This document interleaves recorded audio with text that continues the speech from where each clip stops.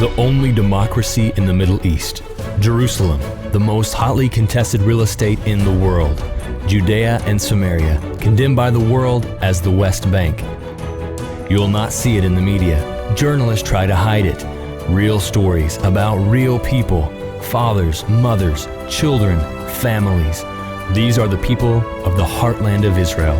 Your journey with him continues with the Joshua and Caleb Report, stories from the heartland of Israel.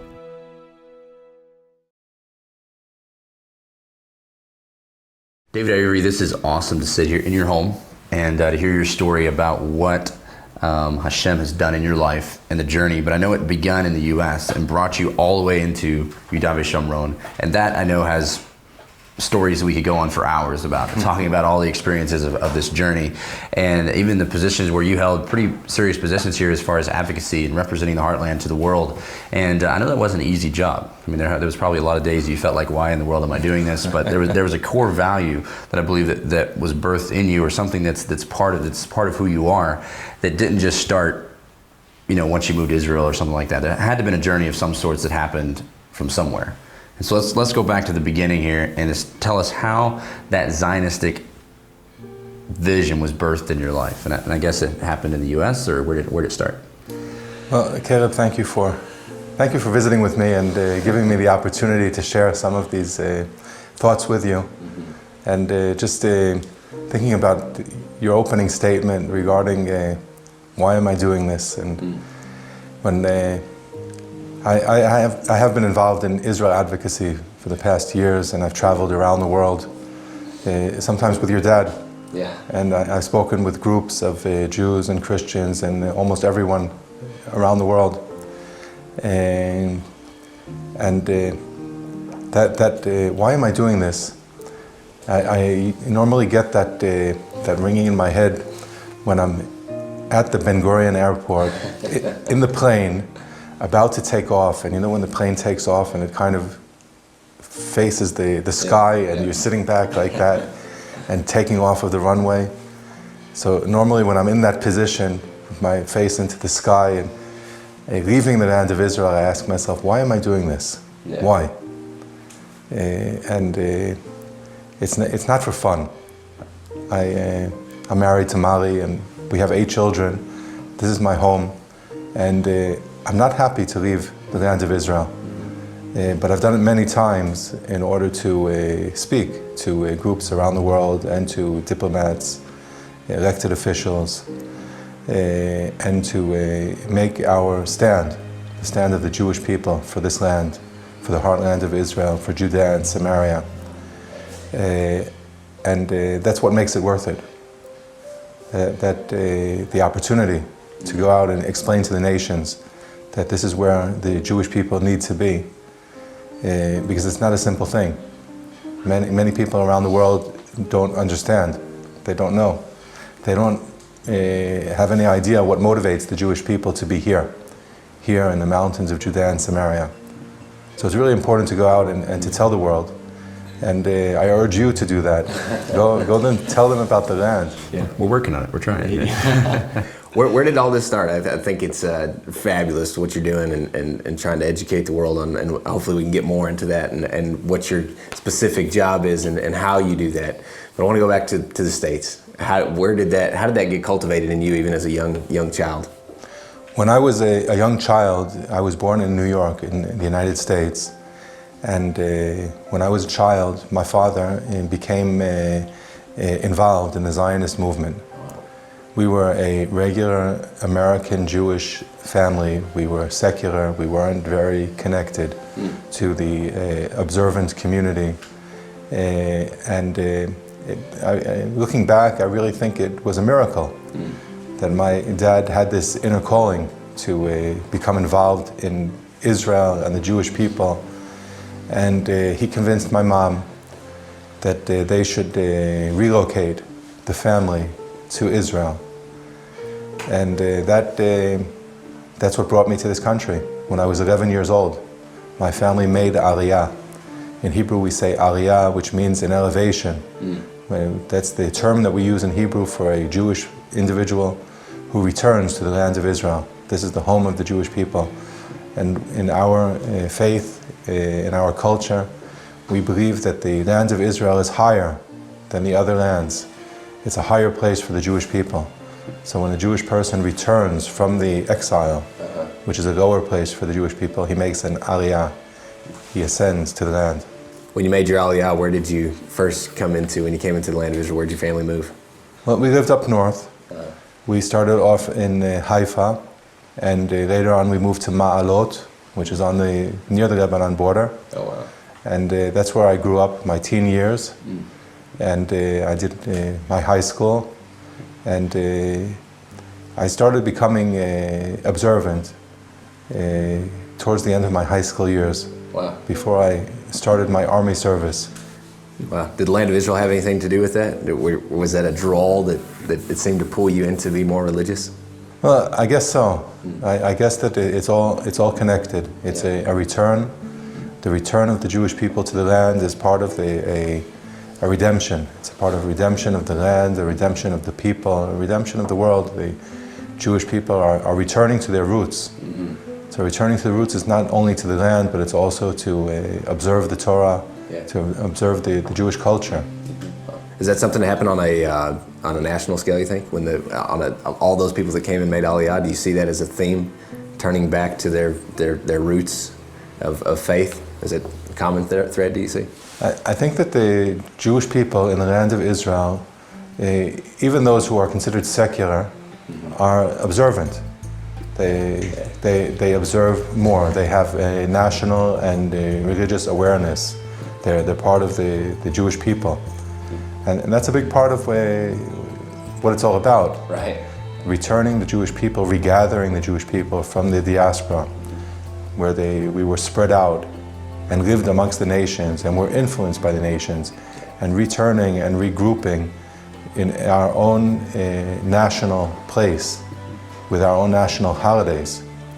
So a Jewish family who lives in America or in Australia or in any of those countries where the national theme is a Christian theme, the people are obviously influenced because you see the Christian holidays in the street. You see the Christmas trees and the Easter bunny and whatever it might be, and that all influences your culture. But when you live in Israel and the national holidays are Hanukkah, Pesach, Yom Ha'atzmaut, the Israeli flag is flying, all of that influences the nation. Doesn't it say something in the prophets? It talks about bringing their people back into the land, and then you'll sprinkle clean water on them, and then give them I forget the scripture verse. You know what verse I'm talking about where it says that? I know what you're meaning. Does it mean that in Hebrew? I guess. And that's the phenomenon. That's the miracle. The miracle is taking a nation that was spread out and in some ways dead, and reviving that nation, reviving the language and reviving the culture. What a phenomenon! It really is. What was the point when you made your second move from up north to the Shamron, the heartland? Well, Mari and I married as I was finishing my army service, and we decided that I need some time to dedicate to studying Torah in a yeshiva, in a rabbinical school, and we found a yeshiva in Jerusalem that seemed right for me.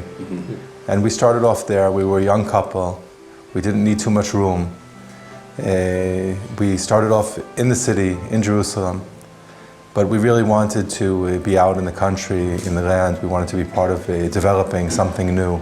And after visiting a couple of different communities, north and south of Jerusalem, which is Judea and Samaria, that's north and south of Jerusalem, and that's where the young communities are, and that's where they were at that time. We found this community, Kfar Tepuach, that seemed right for us, and we came out here about 25 years ago. Wow. What did this community look like back then? I know you've been involved majorly in the building of these communities. What was this community like when you first got here? When we came out here to the Shamron 25 years ago, everything was less. Everything, the infrastructure was just less. The roads were narrow, and the transportation was not really available. There were few buses, and there were much less residents than there are now. Shopping was a challenge, and everything was a challenge. This town had 30 families. Today there are 220 families in this town. Next door, the city of Ariel at that time was about half the size it is now. There were probably 7,000 residents there.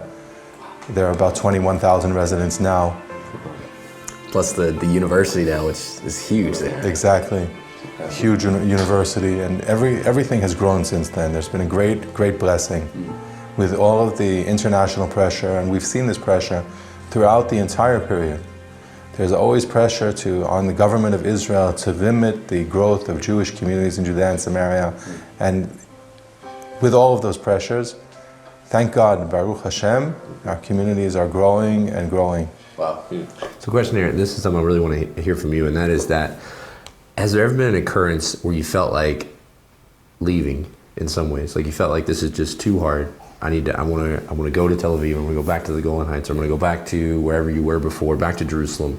You felt like leaving this area, but what were the values that hold you, if you ever had that experience, and then what were those values that made you stay? Like what were those basic 3 principles that you just said, this is why I have to stay? Caleb, if I were to tell you the hardships that we've been through over the time that we're here, the challenge and threat of terror, and our friends who were killed by terrorists in our family and in our community and in other communities nearby, the threats on the roads, and all different types of hardships that we've been through. I could go on and on, but I'm not one to complain. I'm just stating that for you to know that it's not a simple thing. It is difficult, but in my opinion, the term Zionism means patriotism in Hebrew or in Israeli, and I'm a Zionist. I'm a patriot. I love my land. I love my people. I love my God, and I believe that we have a mission here, and that is our commission for going through all of those hardships. The great blessing that we have just being here. Looking out the window and seeing the scenery, seeing the biblical locations, seeing the land that our fathers walked on. And when we plant new trees, new olive trees or new grapevines, and we know that many years ago there were Jewish farmers who farmed this land, and it lay desolate for all of those years.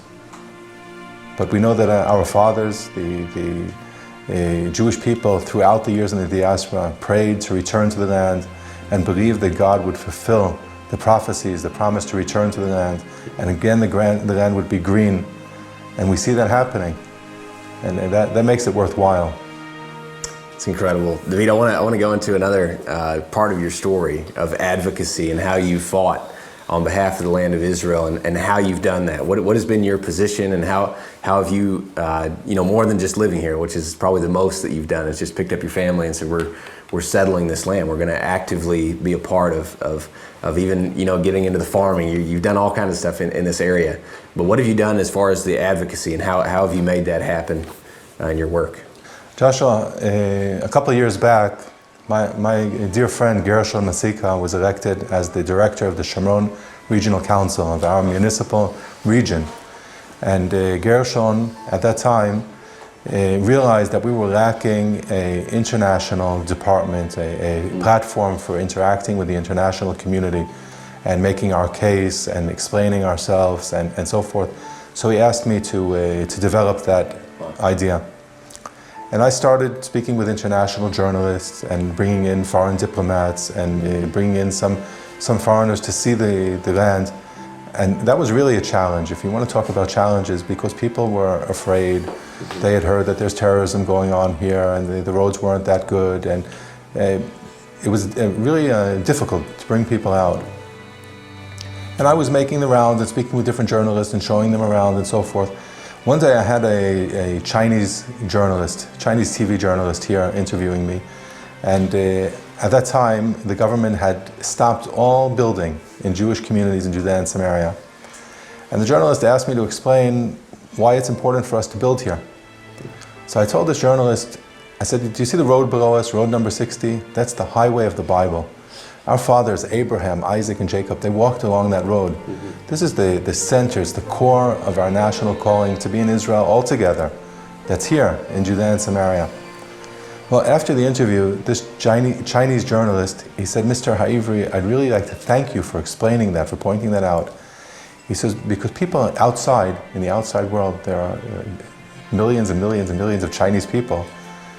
And it just reflects, in general, people have no idea why you Jews insist on being here in the West Bank. And no one has explained it to me so well as you just did. Now I see your motivation, your national connection to the land. And that was eye-opening for me to realize that this journalist, now he's obviously not Jewish, but he's not Christian either. So he doesn't share our Bible. The biblical stories of Abraham, Isaac, and Jacob are not emotionally, it's not an emotional connection for him. But still, it was important for him to understand our motivation. Why are we here? Yeah. To hear that from us. And that's just one point. But in general, I've learned that by opening up Judea and Samaria, opening up our communities, and explaining why we're here and what we have here is so lacking in the Israel advocacy platform today. There are so many organizations that are working very hard to make a case for Israel, because Israel is under attack in the universities, in the social media, in the regular media, everywhere, even in churches. There are anti-Israel propagandists who are coming out and slandering Israel day and night. And all of those arrows are all focused in Judea and Samaria, in the West Bank. Israel, they're saying Israel is bad because Israel is occupying the West Bank. It's all focused here. And what I realized is that the Israel advocacy organizations are diverting the conversation. They are moving away from Judea and Samaria. They're uncomfortable. Judea and Samaria, the West Bank, is out of their comfort zone, so they can't respond to these claims. And by myself bringing people out to the Shomron and explaining our claim and our connection, I found this very, very effective in Israel advocacy, the most effective. Yeah. So I found that effective, and I urge all Israel advocacy organizations, regardless to their political stand, to come out and understand Judea and Samaria. Yeah. Yeah. If they want to stand up for Israel, they need to understand the importance of Judea and Samaria. It's phenomenal. The backdrop of Israel and being we call it the heartland, Judea and Samaria, and just the history that's here. Just saying that Abraham walked down the same roads that you travel on every day back and forth in this area is such an eye-opener to so many people. They don't realize what the heartland, the real what this area is. If you don't know, you're continuing to work in advocacy. You're continuing to do these things.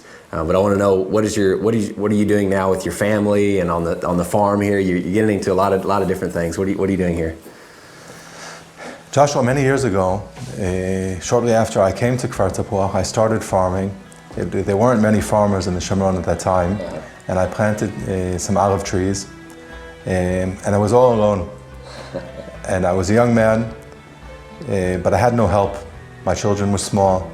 My wife was overextended, just taking care of our 8 small children, and I had nowhere to turn to, and it was really hard for me. And in addition to that, I had other responsibilities in the community, Israel advocacy, working, and so forth. And over a long period of time, I really didn't have the ability to maintain my farm.